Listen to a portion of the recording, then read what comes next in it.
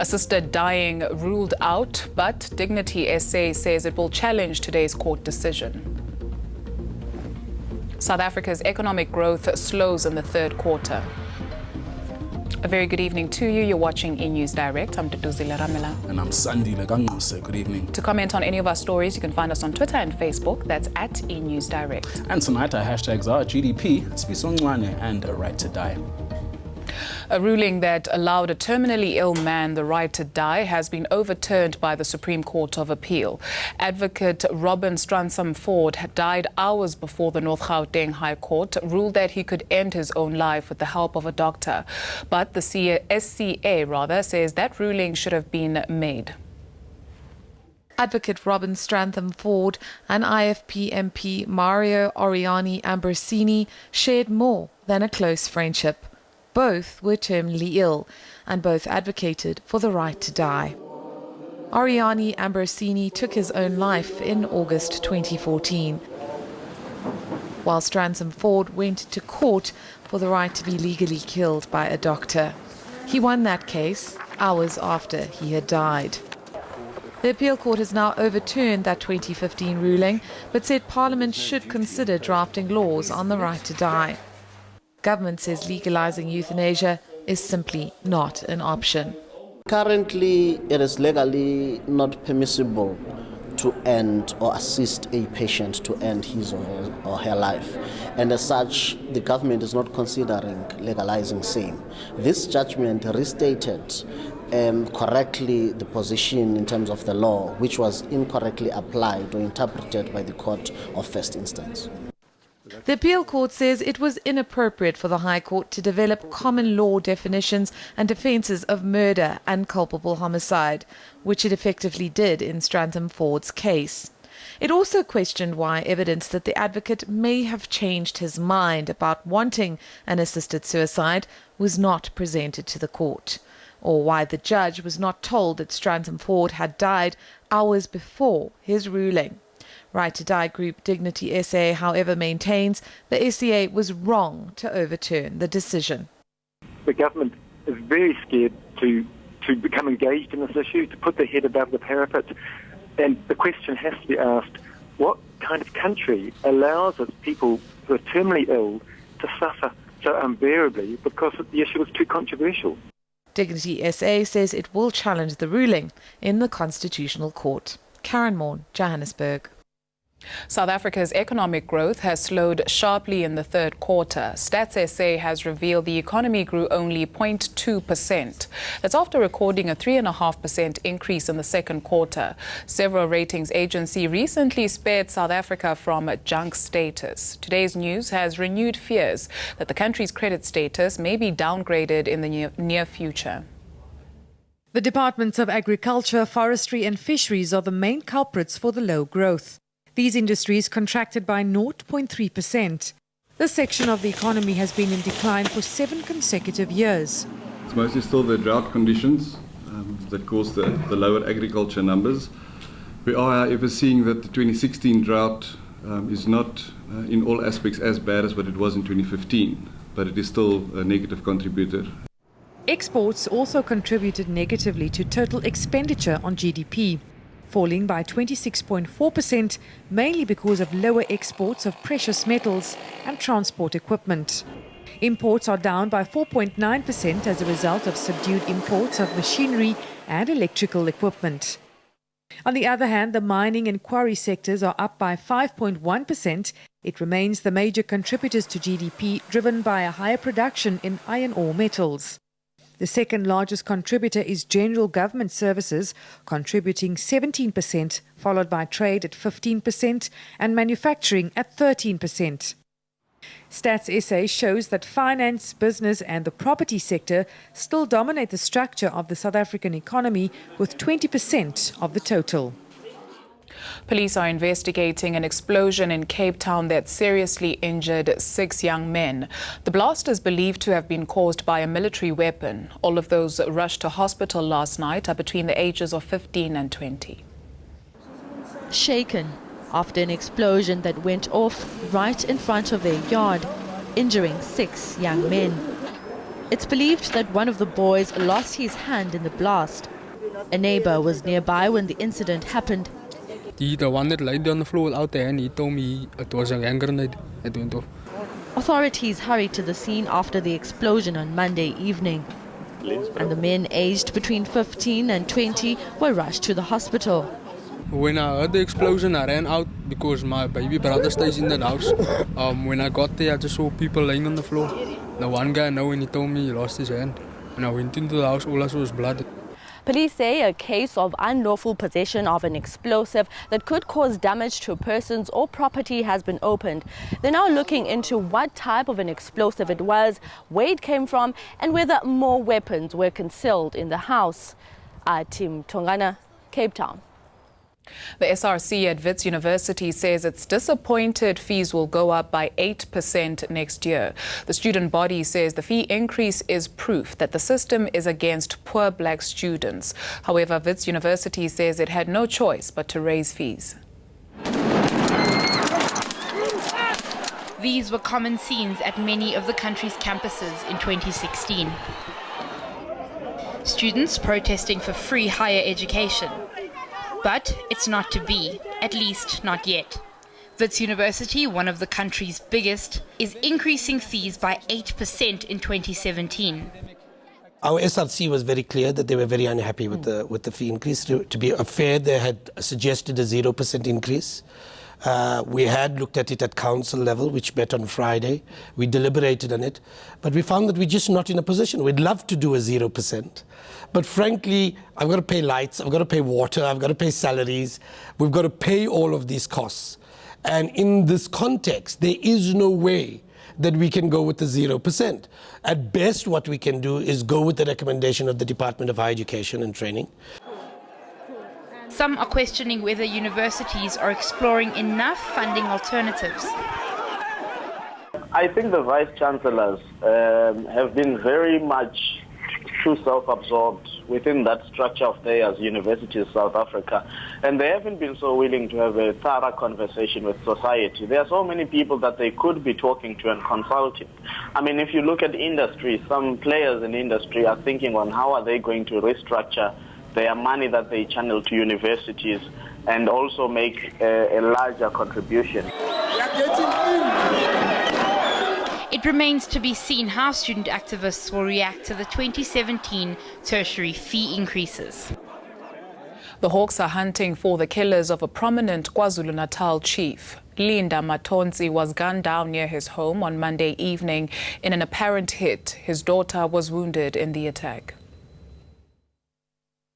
Linda Matonzi has been an eNCA in this area for about 2 decades. But his tenure has been brought to an abrupt end. Matonzi and his daughter became targets of drive-by shooters while they travelled home on this road. The eNCA was killed instantly while his daughter was wounded on her arm. eNCA was shot to the chest. Maybe, I think it's 7 bullets. Maybe 7 bullets. But I didn't see that Portia, his daughter for eNCA. But she was into the ambulance. His family says they are now living in fear, unsure of whether Matonzi's killers would come for them. On Tuesday, mourners flocked to the homestead to pay their respects. Among them, Cooperative Governance MEC Nomusa Dube Ncube. While there's been some speculation about the motive for Matonzi's murder, police say it's too early to tell. For now, the motive is unknown, but police are still investigating because according to the information we have, the chief was a very babby somebody. They didn't know anything about the enemies in the area. The investigation has been taken over by the Hawks. The funeral is expected to be held at Matonzi's homestead this weekend. Desan Tathia, Sundumbili, KwaZulu-Natal. A policeman accused of killing his wife has been stripped of his firearm 2 years after she was shot in the back of the head while sleeping. Shay Riddell Fox's family say they're relieved about Edward Fox's revised bail conditions, which require that he hand in his gun today. Prosecutor Gerry Nell said he was shocked that murder-accused Edward Fox had been allowed to keep working as a policeman.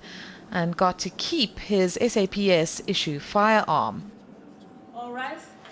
But the state advocate has now ensured that Fox no longer has a gun by amending his bail conditions. He's expected to go on trial next Monday and will plead not guilty. Do you still maintain it was intruders who killed your wife? Yeah. Or did you shoot her in the back of the head?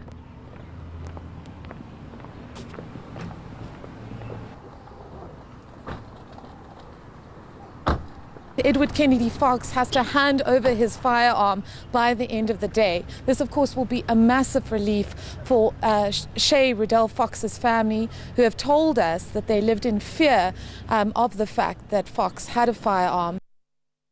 According to her father, murder victim Shay Riddell Fox obtained a protection order against her husband in 2010 after years of alleged abuse.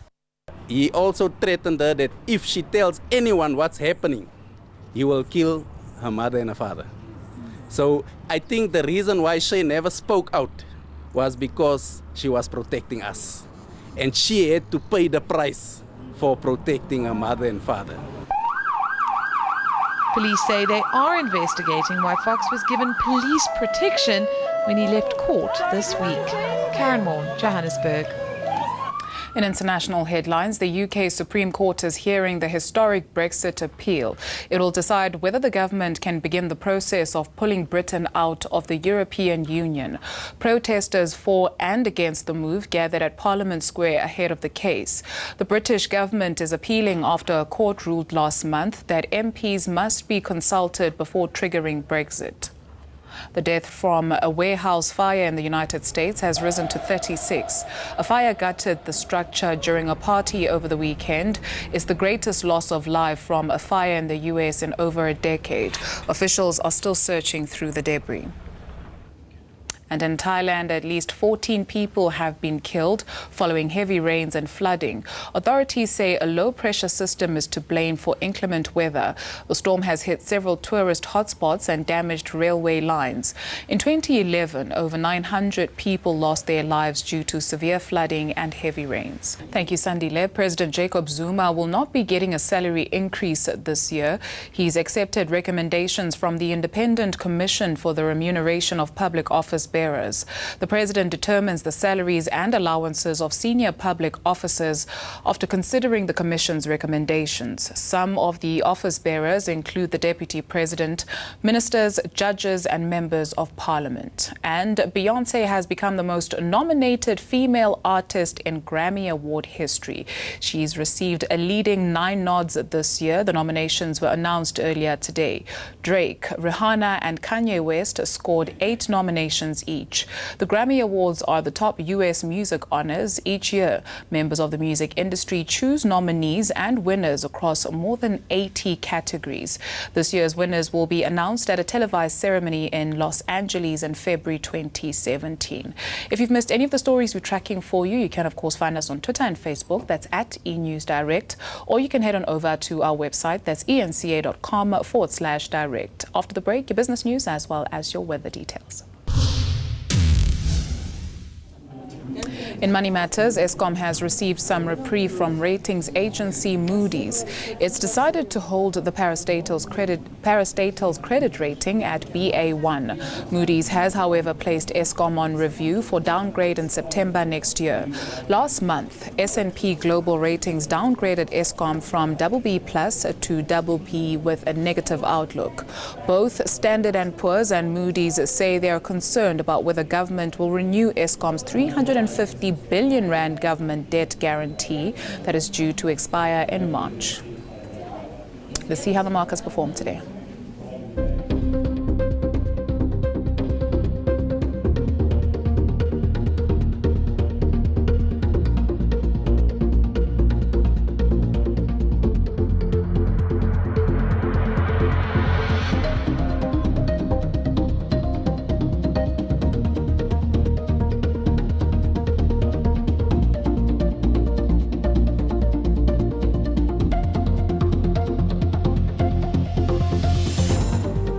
Let's check in with the Weather Center. Here's Candice.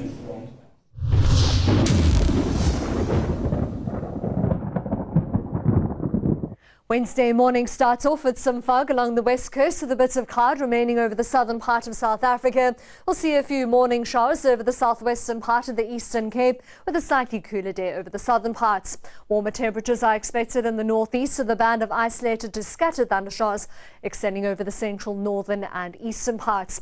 Our rainfall accumulation map shows that band of thunderstorms across South Africa, and there's also a watch of the possibility of severe thunderstorm developments mainly over the eastern interior.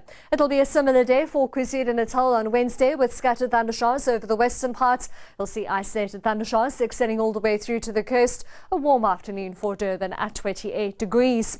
A few degrees cooler but still warm throughout the Eastern Cape with morning showers over the southwestern parts and thundershowers forming over the eastern part of the province in the afternoon and evening. Dry and hot over the interior part of the Western Cape, partly cloudy for Georgia 25 with a mostly sunny day for Cape Town and Langebaan at 27. Partly cloudy at 32 for Springbok with thundershowers mainly over the extreme eastern part of the Northern Cape. You'll also see thundershowers throughout the Free State with the highest chance of rainfall over the eastern parts, Bethlehem and Harrismith at 29 degrees. Hot for the northwest, 37 for Vryburg with isolated thundershowers throughout the province. You'll see that possibility of rainfall extending through to Limpopo, except over the extreme northern and eastern part of the province. A warmer day here, Polokwane at 33 degrees. Scattered thundershowers are forecast with Mpumalanga Highveld with highs in the upper 20s and low 30s. 34 for Bombela and Pretoria, 32 for Johannesburg and Vereeniging, with up to a 60% chance of thundershowers for Gauteng. Thundershowers and hot weather continues over the eastern half of South Africa on Thursday, with evening rainfall for Cape Town, and that rainfall continues through to Friday morning and spreads along the southern and southeastern coastline, with thundershowers continuing in the east.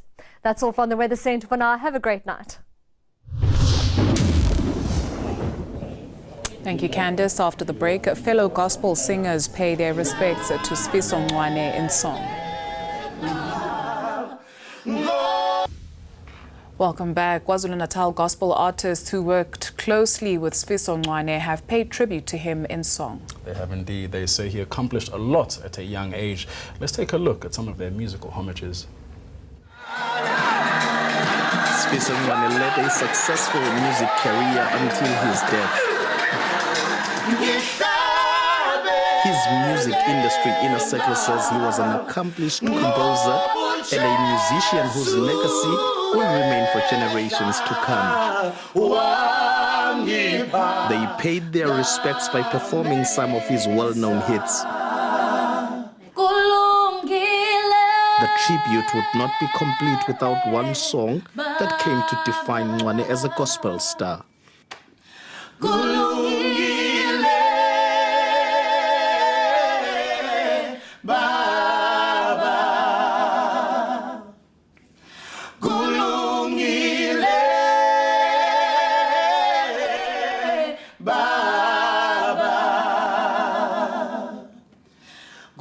Skushanase, Durban.